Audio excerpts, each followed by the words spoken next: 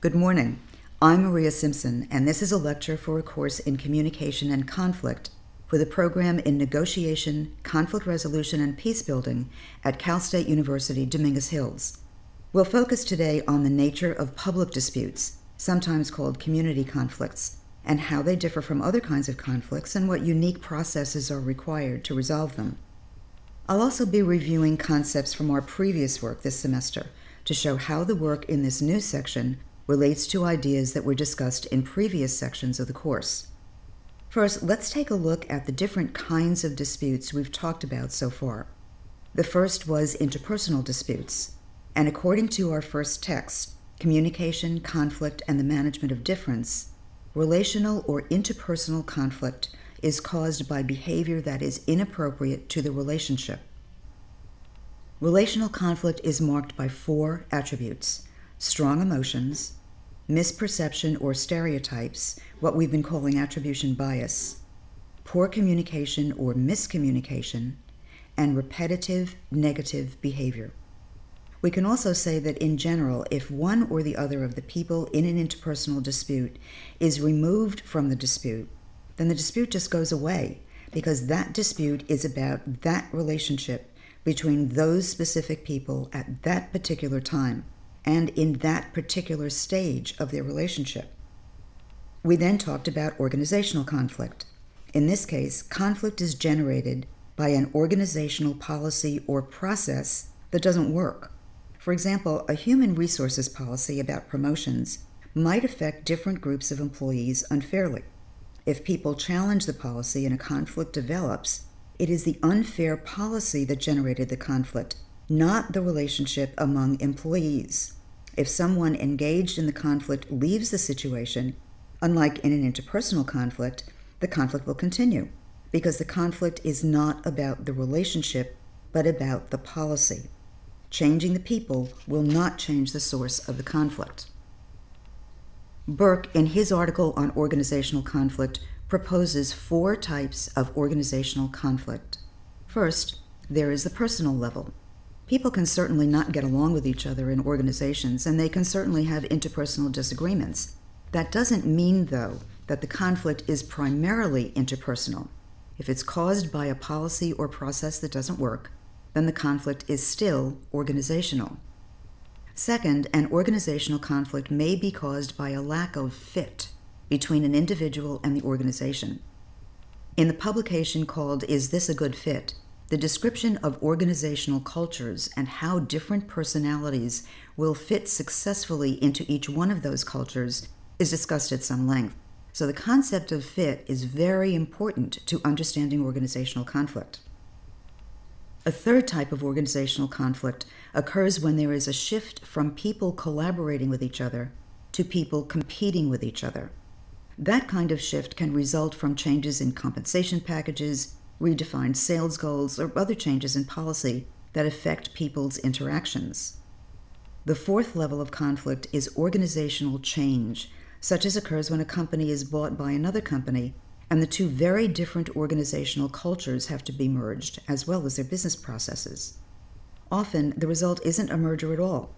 Rather, one culture is simply imposed upon the other. Some people resist change and are frightened by it, some welcome it as a source of new ideas and energy, and some people wait and see what will happen before making a decision about the proposed change. No matter how people feel about the change, it will cause organizational conflict. What do these changes mean for employees? I coached a woman once whose company had been bought, and she said that as a result of the change in the ownership, the culture had gone. So I asked her what she meant by a culture being gone. She explained that when she remembered and valued in the old culture simply wasn't there anymore. She wasn't sure there was a new culture, but as we talked about it, she realized that a new culture was certainly in place. It just wasn't one she could connect with. The old culture valued training, education, opportunity, personal development. This new culture cut back on all of that and was much more concerned about the bottom line than about staff development. Burke names these 4 levels of organizational conflict: the individual in conflict with the organization, individuals in conflict with one another, organizational units in conflict with other units, and interorganizational relationships. As he explains, these types of conflict are not mutually exclusive, but it's useful to understand them as separate and discrete to get an idea of the complexity of the conflict and how the resolution might be approached. Now, that was a very brief summary of some key ideas on interpersonal and organizational conflict. What then is a public or community dispute, and how does it differ from interpersonal or organizational disputes? The definition of a community or public dispute used by Carpenter and Kennedy is that a public dispute is one that affects members of the public beyond the primary negotiators, and it has three aspects. First, the issue touches on important parts of people's lives: education, taxes, property rights, religion, health. Second, the issue affects different groups differently, so each group is interested in ensuring outcomes that support its goals and needs, but not another group's goals and needs. It starts off initially as competitive, not collaborative. And third, the interested parties can take action. They are not helpless. There are a few details that expand on that definition. A community conflict is usually local or even regional. It might affect an airport or a water project or a large construction project, but it's relatively local, not international. A public dispute also has a time limit for resolution, whether that's a legal mandate or the expiration of a law or some other constraint, but there's a particular reason for settling the dispute within a certain time frame. On the other hand, international disputes can go on for generations. In addition, nearly always one or more levels of government are involved in a public dispute and have a role in its resolution. There are multiple groups involved, and the dispute involves the application of law or regulations, perhaps even a matter of government policy. An example of a community conflict, then, can be the fight over the lack of clean water in Flint, Michigan, or cities in Louisiana, or the methane emissions from a gas storage facility in California, or the proposed route of the bullet train, also in California. These issues are central to people's lives, affect them directly and differently, must be addressed in a specific time frame, and are issues in which the public has some say. In these disputes, what groups are usually involved? According to Littlejohn and Domenici, the groups involved represent what are called stakeholders. Stakeholders are people who will be affected by the outcome of the dispute and to whom the outcome matters. If you don't care about the outcome, even if it will affect you, then you're not a stakeholder. Stakeholders join together to support mutual goals and meet mutual needs. A stakeholder group is like an interest group in that it is a collection of people who all feel the same way about an issue and want the outcome to support their unique interests. Representatives of these groups represent their interests during negotiations. Members of the groups themselves generally do not participate in the process.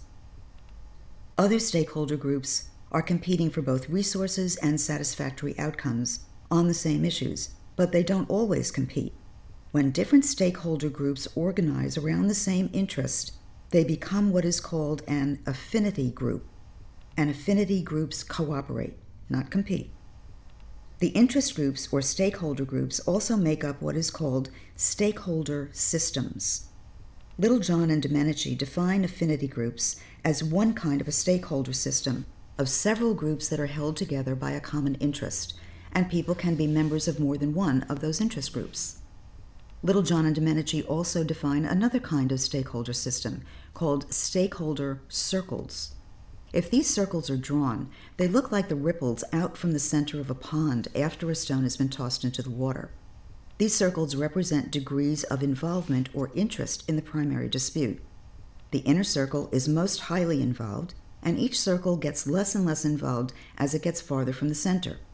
This form of analysis gives a tangible picture of the degrees of involvement of different groups, and even of their commitment to the resolution process. There are other ways as well that community conflicts are significantly different from other kinds of conflicts. First, community disputes are very fluid. During the resolution process, new issues may be identified, new representatives may take part, and there may be a change in roles, leadership, and balance of power as the group reorganizes itself. Because of the broad range of topics related to the central issue that must be addressed, and because many of those topics, such as health, technology, economics, and safety, require technical expertise, it may be necessary to have many outside experts as part of the process as well. Second, the negotiators are representatives of the interest or affinity groups, and sometimes the negotiators will have very different levels of negotiation expertise or experience, and that can affect the process. The negotiators will also very likely have different kinds of power, which can also affect the outcome, such as financial or legal power, technical power, even the power that accrues from access to decision makers. Another thing to consider is that negotiators may lack the continuing relationships that often exist in other kinds of disputes.